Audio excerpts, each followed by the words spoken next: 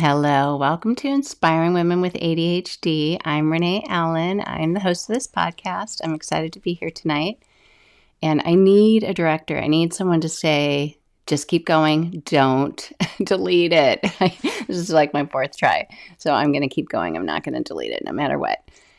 Oh, here I am. And who knows what I was rambling on about before it. I thought, you don't need to hear that, but maybe you did. Who knows?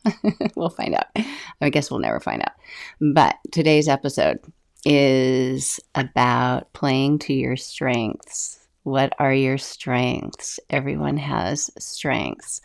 And when you have challenges, if you use your advantages, whatever advantages you have, rely on those, then you have a better chance of doing well.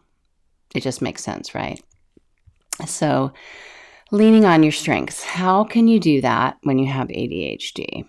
There are a lot of things that can trip you up, like if you ever have task paralysis, the inability to get yourself to do something when you want to do it. You've told yourself you're going to do it. You set a time to do it. You have everything set up to do it. You know, you need to do it. People might be coming. You need to do it, and you still don't do it. And how do you get yourself to do it? And there are a lot of ways to do that. What would your strength be? What would be a way to get out of that? Maybe a strength doesn't help with that. Maybe you really just have to cheat the system. Maybe your strength is you have friends and you tell your friends, come over and make me do this. Work with me, help me. You find whatever tools you have. Maybe that's your strength, is you have creativity, you have resources. You think it's not working on my own, all by myself. And so you find a way to hack that system of just trying to do it on your own. One of the methods I talked about, I don't know if it was last week or the week before, was finding the fun in something and just doing the fun thing. And that's kind of playing to your enjoyment level of what you like, what will get you to do it. But playing to your strengths might be, let's say that it's not a task. Let's say it's something you have to make some money. On top of whatever money you make, you need to make some money. And a lot of people do that in different ways. And maybe they don't make a lot of money. Maybe you have a yard sale, a garage sale or something. Maybe you know how to post things online that you can sell. I used to sell things on eBay. I haven't done that in a long time. And I have a laundry basket full of things that I've wanted to put on some kind of website like Poshmark or Facebook Marketplace or something, and I haven't done it in a long time. But if you get creative, maybe you're good at creativity. Maybe you find a way to make it fun, not just fun, but it plays to what you like to do. Like, I think in the last episode, I talked about needing to make Amazon returns or whatever store that you're buying from, and you need to make those returns, and you really can't get yourself to do it. But if you find a groove, some kind of mode or some kind of method that's been fun for you to do before, if you can get yourself just to slide into that, then it's like you're tricking yourself to do it. I don't know if you've ever done that with children, but you can't get them to do something. And so let's say you want them to read a book and they don't feel like reading a book, but then you say, well, let's just go in here and look at your closet. And maybe that's where the books are. I'm just thinking back to when my kids had a closet with shelves on it. And you just find a way to get them in that environment that leads them to reading that book.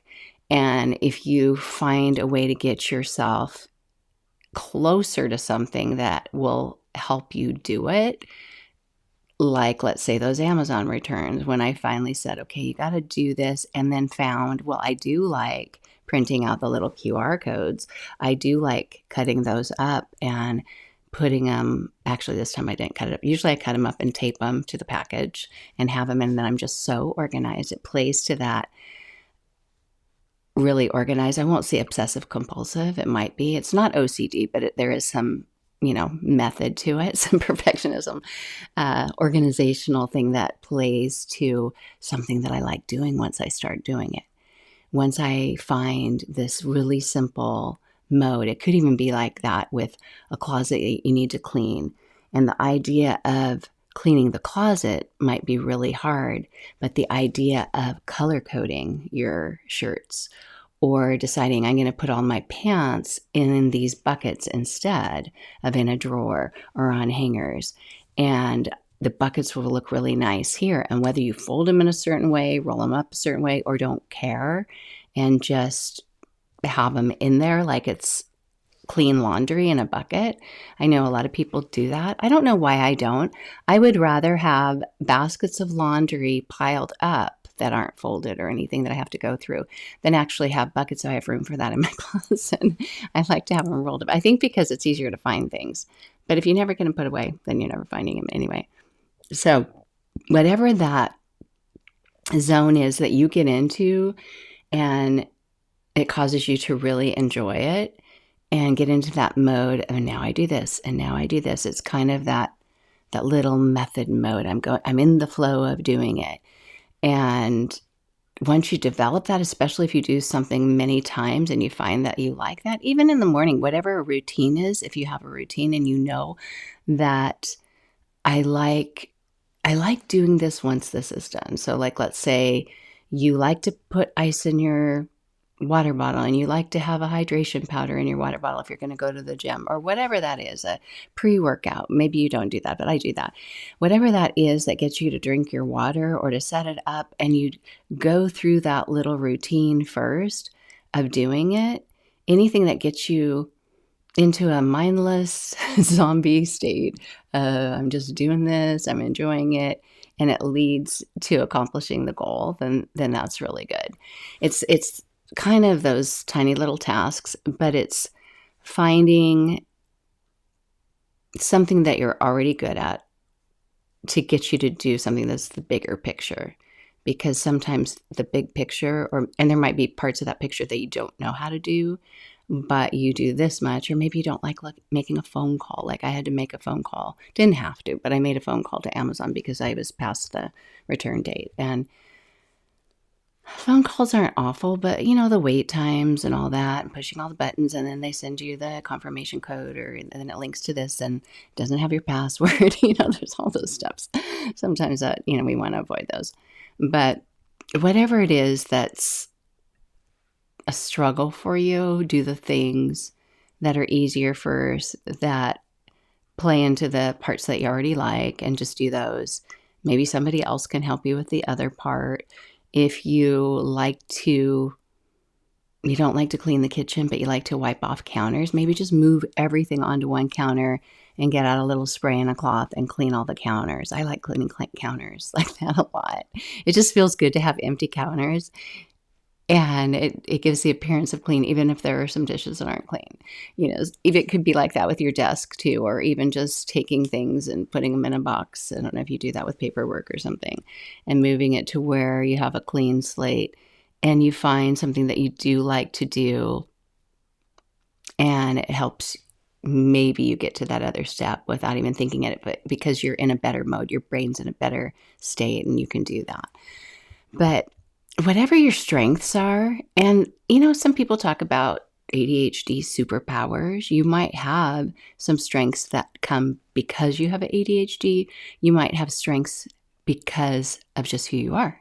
We all have gifts. Everyone has a gift. So whatever those gifts are, maybe even offer to do that thing instead of the things that you don't do well. Maybe do a trade with a friend or something. Maybe cut some corners of what your goals were in the first place. Like if you have plans for gift giving at Christmas time and some of them take a lot more time than other things, then maybe negotiate with yourself not to set yourself up for, a lot of stress at that time or whatever. But whatever your strengths are, you might be really creative and really resourceful, and it can help you solve problems where trying to go at it in the same way as other people can be hard.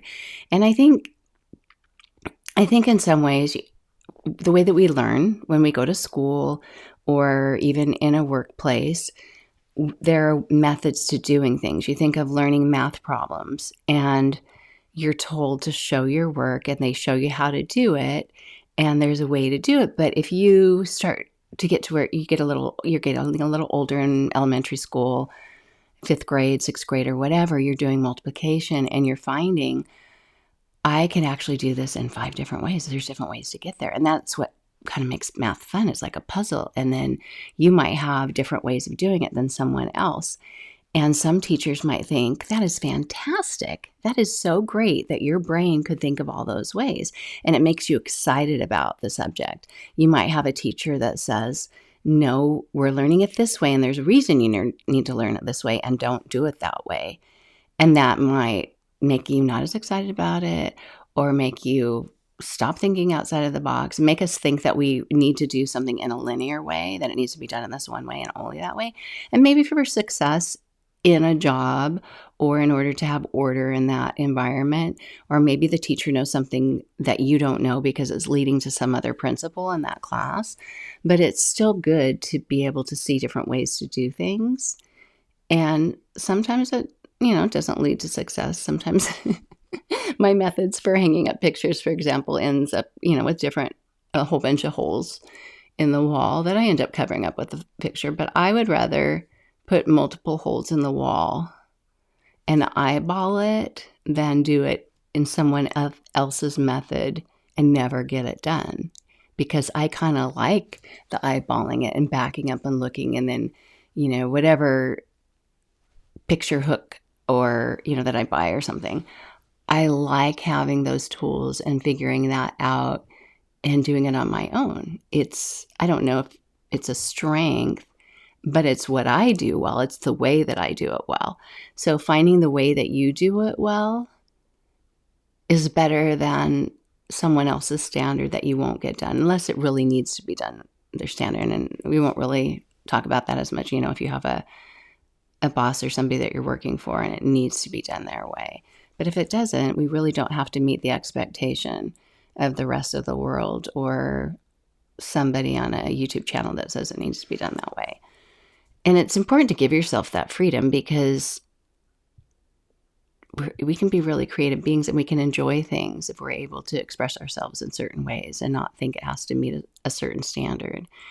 I ponder things sometimes like home decor, and what houses look like on the inside and the outside changes with the years and the decades, just like fashion does. And, I wear t-shirts and I'm wearing a ball cap because I put a toner on my hair, and it didn't really change it that much. And I didn't really have time to do much with it. And so I put it on a hat at the risk that someone's not going to like this team, but I love them. I love the Dodgers. So I love a lot of baseball teams, but right now I'm really loving the Dodgers. So what I'm wearing, but back to fashion or how we decorate our houses, it's really individual. And I just think it should be an expression of who we are and what we enjoy, and not have to match that's not in style anymore, or I would never have furniture like that. I don't know. Maybe I've just never had enough money or that kind of money to be choosy like that or to care. I grew up in a small town. I really don't care. I like it to be comfortable. I like to feel cozy for me. I do go into other people's houses sometimes and think, oh, that's really nice. But I think that we need to do what feels right in our brains and makes us feel happy. And if you have a creative mind, use your creativity to do things in a way that is more playful, is in a way that makes you happy and makes it doable. So the happy part could be doing the fun way, or color coding, and that makes me happy to look and see my shirts color coded. I've done that before, and it's actually harder for me to find things that way. Like, I do better if I have all my t-shirts together and then all button-up shirts, which I honestly hardly ever wear, because I don't know if you have clothing sensitivity, but buttons and seams, I feel like I'm in a straitjacket or something. So I hardly ever wear them. But if I put all my black shirts together, I start to think my t-shirts are missing or something. I can't find them. So I do better. I guess that's leaning to my weakness of not being able to figure out where things are when they're color-coded. Yeah, even certain ways of organizing my closet, like rolling up things or putting them in different buckets. If they're in a bucket, I don't always see them. And maybe I'm not wearing them anyway, but Yeah. There's always a struggle with that of having the perfect way of having my closet. But right now I'm pretty happy with it. It's clean. So I'm not going to complain. But let's see. So this could even be things that aren't just things that you're trying to get done. But whatever your relationships are with people, you might have people skills. You might have a lot of empathy.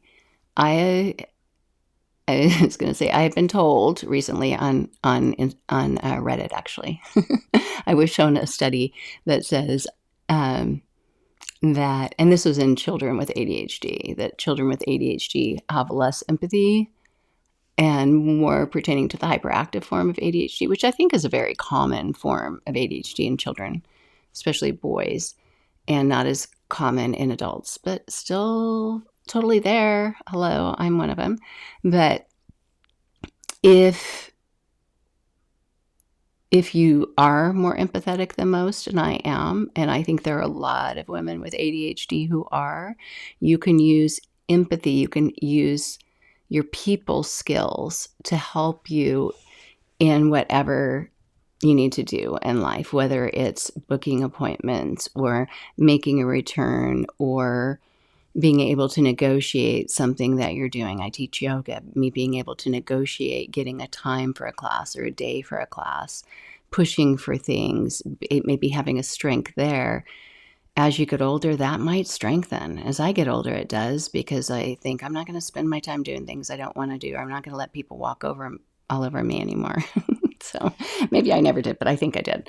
And whatever is strengthening, whatever muscle strengthening in your being, use that to your advantage. Use that to maybe get an appointment with a doctor that you need when they say there aren't any. Use your resourcefulness and think, well, have you had any cancellations? And they say no, and say, well, what's the best time to call back each day to find out if you've had cancellations? And I've been told Monday mornings are really good because they get their voicemails before they open, and they get all these cancellations, and you can call in and you can get appointments, or first thing in the morning on another day. And sometimes if you just keep asking questions and use your people skills, use your persistence, use your creativity, you can accomplish things that you might not be able to otherwise. Oh, I don't know. Yeah, I don't know. I think this is my guess. We have the ADHD brain that has strengths, but I think a lot of our strengths that we have happen because we have ADHD. Many of us either weren't diagnosed as children, weren't diagnosed as teenagers, weren't diagnosed as young adults, lived, for me, most of my life, probably most of my life before I die. It'll be the majority of my life will be not knowing I had ADHD, unless I live past 100, which I hope to, but we'll see. But if that's the case, you've had to develop skills. You've had to become stronger. You've had to find ways to do well in school, to do well in your job. If you went to college, how do I organize this? I was blown away when I got to college, how behind I felt all the time. In high school, I never felt like that. And I did go to a little high school. Granted, maybe it wasn't as hard as some other high schools, but I was able to get straight A's. I was able to use my people skills. And maybe those developed more because I needed them. But I used my people skills to get to know the teacher, not to brown nose them or, convince them to do something that they didn't want to. Not every teacher liked me, but to understand what their needs were, what they wanted, and give it to them, and find a way to satisfy them. And when I say not every teacher liked me, it wasn't that they didn't like me, but you know how some teachers like the sports kids? I wasn't a sports girl. My best friend ran track. She played volleyball. She did all the, the sports. I played no, I didn't play volleyball. I played volleyball for fun. when I went to my friend's volleyball practice to see if I wanted to play one year, I wasn't very good at all. I wasn't very good. I was more like anybody want to hang out and play volleyball kind of thing. I didn't know what actual volleyball games were like. And every sport was more social for me. I did love softball. I love to hit the ball hard. Pitching sounded horrific to me because a lot of pressure there. But I could throw the ball hard. I could play shortstop and second base really well. But for me, really, it's just out there being able to talk to people, sit on the bench and talk to people. Oh, yeah. I took tennis classes in college. I didn't know that there was a need for control. I could play ping pong, so I thought it was like ping pong. And I guess there's control with ping pong. You have to hit it on the table. But, hitting it hard is good if you can hit it on the table. And with tennis, I just didn't have the control at all. I found I wasn't good at a lot of sports, but I liked going. But yeah, whatever that is, when I had teachers who liked the sports kids more than they liked me, ignored me, didn't come and talk to me on the sides and stuff, I thought, okay, I can still figure out how to get a good grade in this class. And I think those are good experiences to have. Not everyone has to like us. But I guess leaning to your strengths is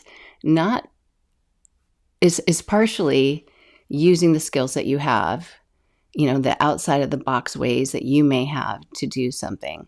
But it's also drawing closer to things that will be easier for you, like finding a job to do, a hobby to do, a sport to do, if games, whatever it is.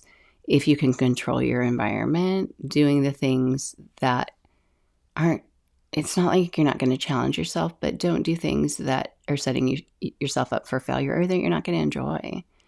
If you're not going to enjoy playing tennis, then don't play tennis. Maybe that's pretty simple to understand, but some people feel a pressure to participate in things because their friends are doing it or their spouse is doing it, boyfriend, whatever. And you don't always have to do everything together. You can do things that you love without them. And you don't always have to tag along and just be the peacemaker and just not enjoy it. And you can pursue hobbies. You can find a new job if you can. Not that you have to quit what you're doing right now, but really think about what goes well with your way of thinking. Even if you do gather with friends and play games, maybe you love the board games that have letters like Scrabble, or I like the talking games. Like, what's that one where there's the buzzer and I can't even think of it right now. I like the ones where everyone's talking and sharing, of course. I think those are more fun. But I do like some like Yahtzee and stuff. That's fun, rolling the dice and things like that. Really, it's hard for me to sit for very long, though. I don't know if you're like that with a lot of games. It's like I can play them for a while, but then I need to get up and walk around. So, and really also creating the systems, which we talked about before, systems, routines, and everything that help build energy, help build that momentum, that excitement in you and not away from it. So it's just aligning yourself, your patterns, what you do as much as you can with how you like to do it. And sometimes there's some exploration in that. You might have a system that's working for a while and then you just start to find that it's going stale and you're not doing well with it anymore. And so my mom used to have a saying like, nothing works as well as a new broom or something. And in the olden days, a broom used to be a wooden stick with a straw, and it was literally straw, and they're pretty good. I'm sure they still sell them, but they probably have some plastic in the straw or something. But at some point, that broom would get thinner and thinner and thinner and thinner, and what was once really bushy and spread out at the bottom was really worn down and maybe 2/3 of what it used to be.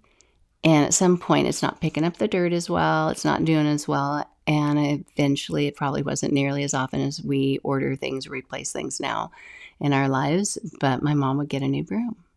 And she would say that when we would come up with a new system, we used to get up on Saturday mornings and we'd all clean, or we'd have a system one summer for going out on Saturdays and helping with the gardening, or in whatever that system was that we had, it would work for a while and then it wasn't anymore. And sometimes you just need that fresh start, that fresh idea.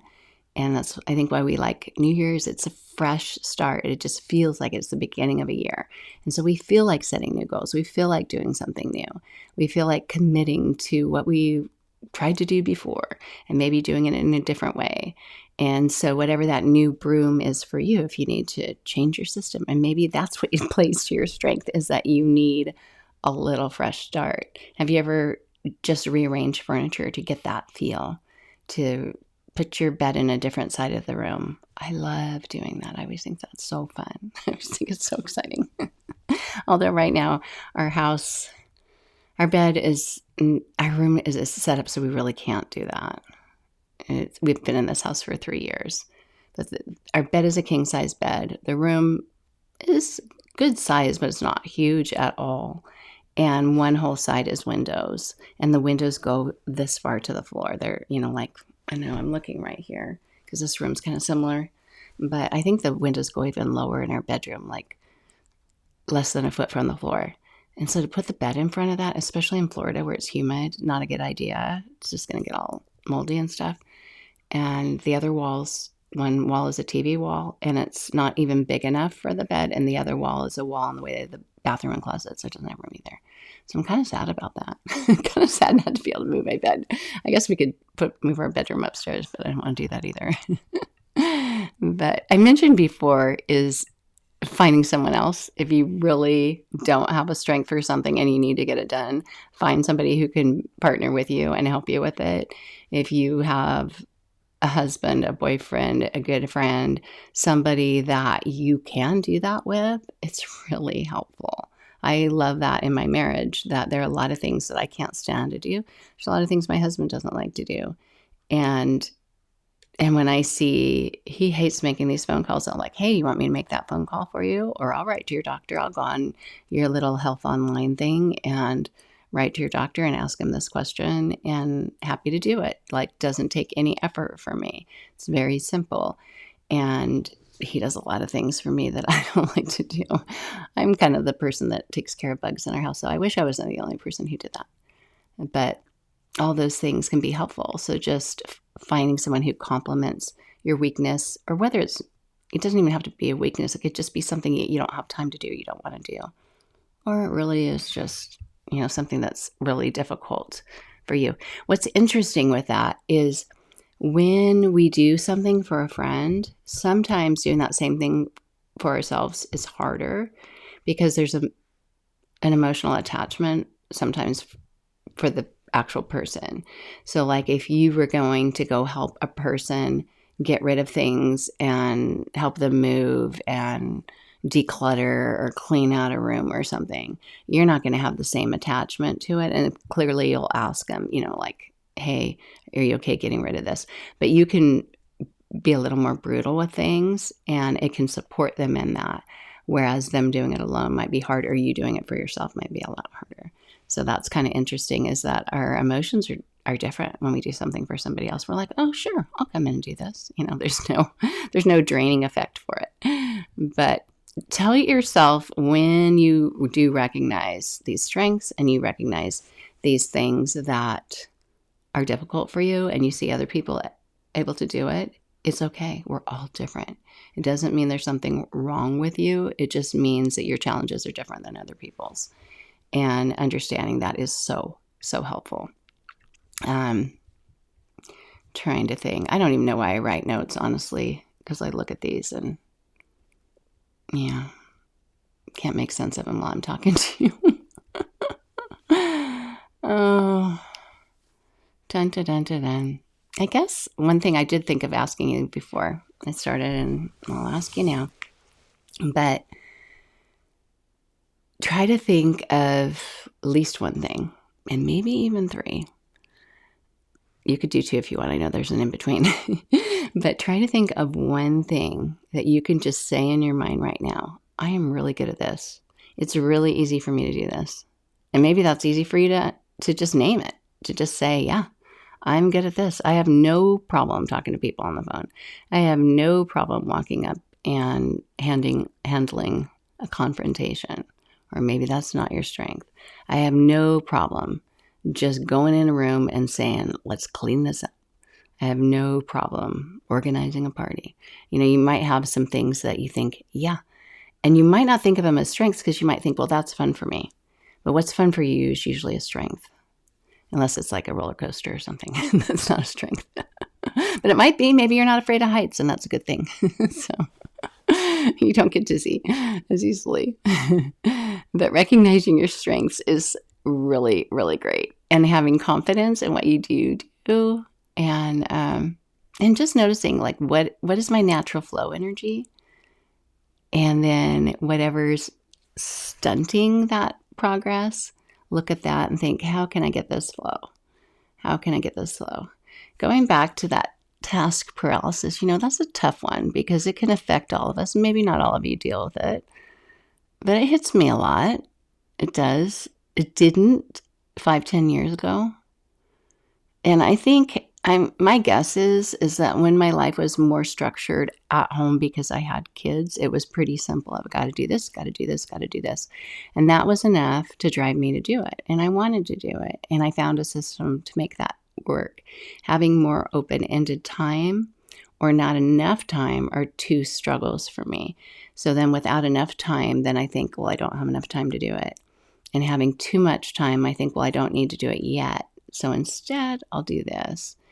And that's, I think, where a weakness is, because I don't want too much structure when I don't have enough time. I don't want to just like, and now when you have this very little time, you're going to do this. This is like, hey, maybe I need a little break, okay?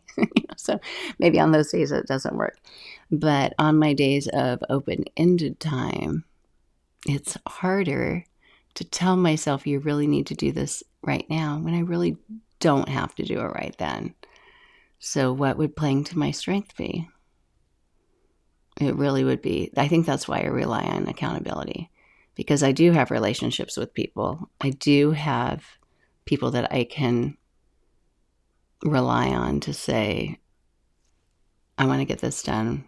Will you either A, help me, or I want to tell you at 3:00 today that I got it done, or just set little goals with each other. I'm going to get this done. Even just talking to other people who are doing similar things without actually having the accountability makes you feel that way. I have another friend that's doing a completely different endeavor for her way of making money, what she wants to spend her time with, what her hobbies are and stuff. She loves making jewelry. And so she's pursuing that. And it's really easy to see where the holes are for someone else with their structure, their setup. In fact, she has a lot of great setups, and she has some things that aren't going as well as she wanted. And I could see today when I was talking to one of the holes. And when I saw that, it helped me see where mine are too and what I could do to make that better. So sometimes just having a person to bounce ideas off of, to share what you're doing with, whether you actually have the structure to say, I need to work on this and I need to be able to report to you at 5:00. Sometimes that's not always convenient and it's not always, doable. It's not always like the greatest way to have a friendship. Maybe it's not the way you want to share your time with each other, but just sharing what you're doing can help you be more aware of what you're doing and how you're doing it, and maybe being more motivating. And I know motivation isn't always what can get us out of a rut, but it can help us make sense of maybe a better flow or a better routine, or what can help push that into gear. So, yeah. Playing to your strength of having a friend who can help. And even noticing that, what motivates you? For me, talking to people, even just listening to people, listening to little Q&A sessions on podcasts or whatever it is that I'm doing, that I'm spending my time with, or with yoga. When I first started teaching yoga, I was just soaking it up right and left, taking more workshops, reading books, and listening to people's little webinars. They didn't do podcasts as much for yoga then. They probably still don't, actually. Yoga is not a hot topic on podcasts.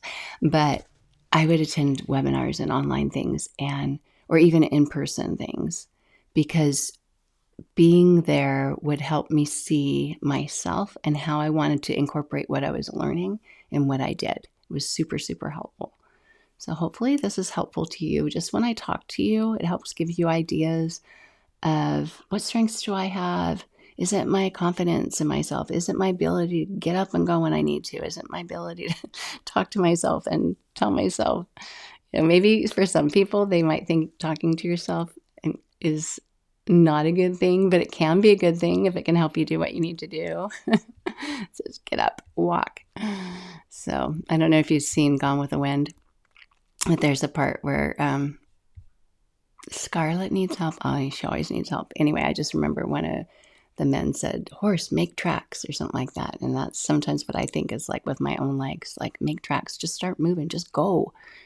Like I'm not telling a horse to do it. I'm telling myself to do it. So anyway, so excited to be here. I'm also excited to tell you that I am almost done with my website, like with my whole newsletter sequencing and stuff, which doesn't even probably make sense to anybody but me. But it's just the thing that's been tripping me up for a long time. And once I get that out of my way, it's almost out of my way. I've been working on it for a couple of days. I can have a clearer picture of what I'm doing here. And that can be good. That can be really good. Let me know what you're working on. I don't know if any of you are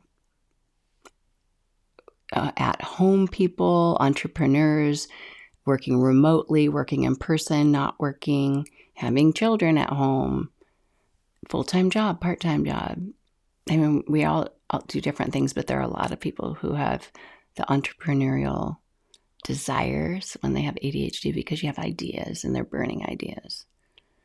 That one book, what's it called? It's an ADHD book for women. It's one of the ones that my friend told me to get, and I liked it okay. I liked it better. Well, I have a harder time reading now. Okay, I'm going to look it up. It's ADHD book, women. I can tell you. Nope, not that one. Okay, here it is. A Radical Guide for Women with ADHD. Embrace neurodiversity, live boldly, and break through barriers by, I need to give them the credit if I'm saying the name of their book. Okay, I know, don't give me a pop-up. I don't want 15% off. I'm just trying to find, okay, this did not take me to just an easy answer. I want to find their names. It's probably, oh, here we go. Anyway, I have the book, but I lost it. So I have it on audio. I purchased it in February 2023. Sarah Solden, MS is the author. Michelle Frank, doctor in psychology. And one more. Who's the other one? Ellen Littman, PhD. She made the foreword. The other two are the authors. I didn't love it as much as my friend who recommended it to me, and especially trying to read it because I have a hard time sitting and reading a book. But I listened to it on audio, and a lot of the things, they give you scenarios and stuff of people, and if I can't relate to it, especially if they're telling me like, and we know you feel bad about yourself for this, and I think, but I don't, so then I tune them out. It's like, don't assume how I feel, please. So hopefully I'm not assuming how you feel. But I really like, there was a part, and honestly, I listen to it a lot when I'm falling asleep. So a lot of times when I do that, the next night, I should pick up this book again because I've actually run out of podcast episodes on this one podcast that's really drowsy sounding. I listen to it a lot and fall asleep and I'm all caught up. But what I'll do is if I fall asleep pretty quickly, then I'll go back the next night and see where I fell asleep and then listen for 10 more minutes or 15 more minutes or whatever. That's my sleeping method lately. And with this book, there was one chapter that I really liked because they talked about how our brains can be just so creative that we have a lot of great ideas. And then that turns into goals and ideas. And I want to do this and I want to do that. And it's just a burning desire. And it can be hard because sometimes there are no guidebooks for that, especially when I first had a desire to write a book, I was 22 and I majored in English, but I wasn't a creative writer at all. Like I knew I couldn't make up a story for the life of me. So I thought, okay, well, what would it be on? I had no idea because I'm not really creative in that way. So I never knew what it would be. It's kind of like for a podcast, I thought for like 5 or 6 years, but what would it be about? I don't know. I try to think about ideas. I don't know until I found out I had ADHD. But thankfully, the desire to write a book, and I shouldn't say that because, it would have been a nice thing. And thankfully that left because it's hard to have a burning idea and then not act on it. But I don't think it left because like I didn't do it, because honestly it was still with me probably into my 40s. So probably for 20 years. But and who knows, maybe someday that'll come back and I'll write a book for us. We'll see. But but yeah, I know what it's like to have that burning desire because you think about it all the time. And then, it shifted to you should teach yoga, which came out of the blue. I never thought I'd like yoga. And here I've taught yoga for over 20 years. So yeah, that was weird, but it did. And then the whole, like, have a podcast, like, why is that in me? It is. And you might have something that's in you and that you want to do and you have ideas. And I don't know if you ever watch reality TV. Now I'm just talking like you're in my my house with me. If you ever watch reality TV, but there are a few people I've watched on there, a few women, probably about my age, that I've seen that I think they must have ADHD, or at least have this component of it, of just being this entrepreneur and having this idea of like, I'm going to make this. And they really can't narrow it down because it's such a dream of all the things. It's kind of like, I'm going to write a book. What's it going to be about? I don't know. But I'm writing a book. I'm designing the cover. Like you can do all the things that you like. But that's okay to design the cover if you don't know. You know what I mean? Like, you're playing to your strength. You could get a step closer. That could get you there. It really could. But at some point you have to do the other groundwork or pay somebody else to do that, or have a little bit more concrete information. Really helped when I had a topic for my podcast. But yeah, it would be fun to do a little. I have to get my website a little better. One of the reasons I switched website platforms is the new one has the capacity for a membership. I don't know if I want to do that, have a membership, but memberships, courses, it's all in one thing where we could have some kind of thing that we do together, like everyone work on their business idea and go through these steps and just make progress together. It'd be fun. But I need to find out where your interests are, where your struggles are, and where you are in your life, if that's not even something that you want to do. One of my friends who's not quite my age, she's 5 years younger, but she hasn't been diagnosed, but she's positive she has ADHD too. But she told me probably 5 years ago when I was all, I want to have a podcast and I want to, and all this stuff. And she said, somebody asked me what my goals are. She's like, I don't have goals anymore. I'm like in the mode of wanting to relax. I want to slow down, not go faster. And I thought, I don't want to go faster. I'm feeling like, obviously I'm a yoga teacher, so I know I need to slow down too, but I'm feeling like when you get older, if you've even hit your 40s, you're probably thinking, hopefully you're not thinking, oh, I'm so old, because you're not that old. You're just 40 or 48, whatever you are. It's not that old. And then you hit your 50s and you're like, oh, this is kind of legit older. But now I'm 60. I am 60 years old. And you start to think, okay, that is getting to that latter. It is in the latter half of life. Okay, we can't pretend it's not, unless I live to 120, which isn't very likely, but it would be fun if that could happen. My friend, my college friend, just had her birthday yesterday, so she just turned 61, and I need to text her, but I forgot. But she told me I don't want to live past 100 because it's not pleasant. But my plan is to live to 100 and have it be pleasant. But there are people that you start to realize, like, I didn't do this in my 20s when I wanted to write a book. I didn't do this in my 30s. I did great things. I had children and loved that life. That was a great thing.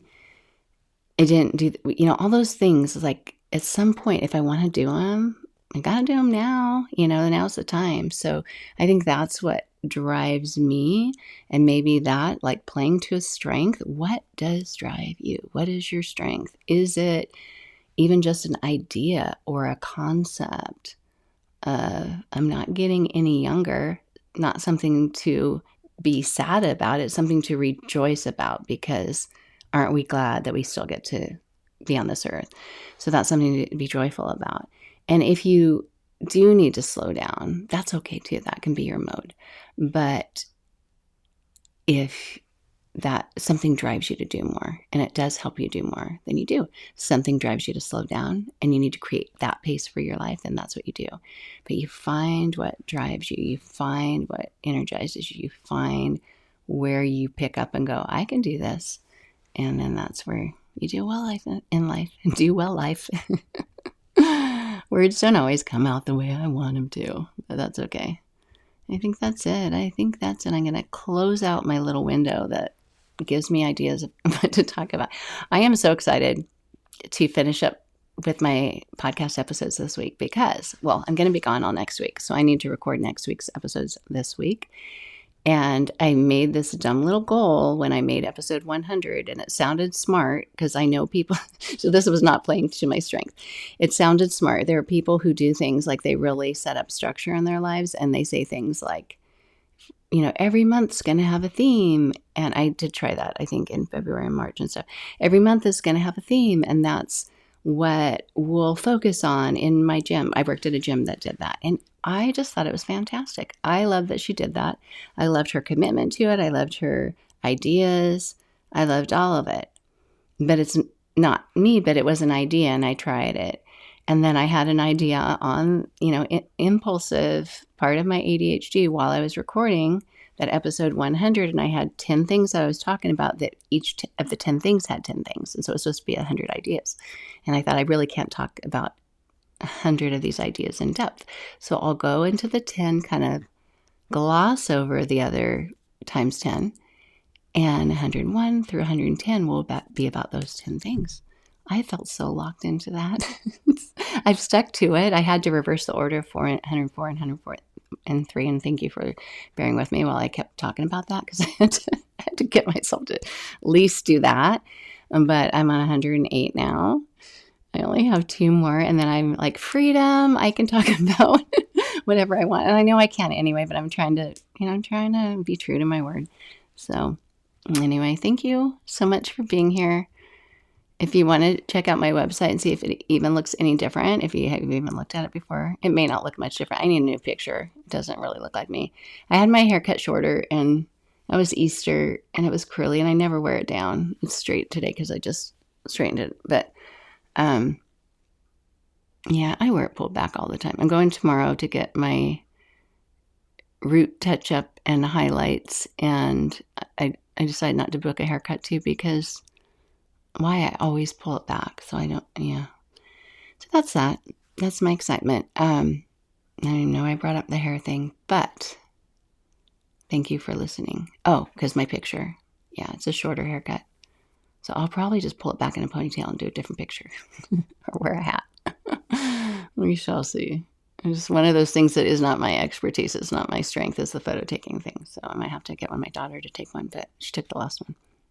I need to get her to take 100 because clearly I'm just not happy with that last one. But anyway, that's it.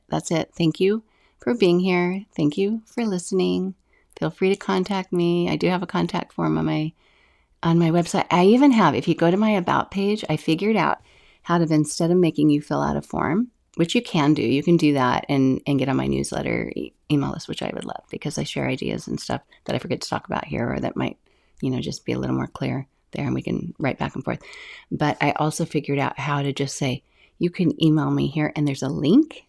This is my exciting thing. There's a link and it actually just takes you to your email and I'm already in the to window or whatever. Not to cough, and I don't know how to do a cough button. But maybe I do. I'll just try to not cough. I'm almost done. Okay, let's do a little pause, just a second. Whew. Something you might not know about me is I have really bad asthma. And trying to hold back a cough and saying I'm going to cough turns into a whole coughing fit. So I think I can talk, but clearly my voice isn't much better. I'm going to keep it weak. Anyway, I need to say goodbye. So thank you so much for being here. Just keeping it real. I could wait and do a little real, normal voice goodbye later, but I won't. Because I want this to be as real as can be. We live in a world of AI this. I cannot stand AI voices on YouTube videos or even podcast backgrounds. Sometimes they do them in the I don't know what they do. You can tell when the voice is like auto-tuned or something. Drives my brain nuts. It kind of feels like pins are going into my head or something, needles. So anyway, so I'm keeping it real. So hopefully my post-coughing voice doesn't sound like that to you. But thank you for being here, and I'll be back. I'm going to record another one for this week and 2 for next week. And I probably will record more for when I get back, because I find when I get back from a trip, it's hard for me to get back into it. That's another episode to come. I was just reading on it must have been a Reddit post about ADHD, that there's someone, no, it wasn't. It was actually in a Facebook ADHD group, but that there's a ADHD expert doctor person who has a name for it, that there's this period of time that we need to regroup, which is really obvious to a lot of us. But I'm really curious what happens in the brain. And I've been trying to find that post and find out who that doctor is and kind of learn about it, like what the technical thing is that's happening, because I find that when I get back, it's like, what? I can't do all those things that I normally do. I gotta regroup here and just do the basics. So anyway, I will be back this week and next and beyond. Bye.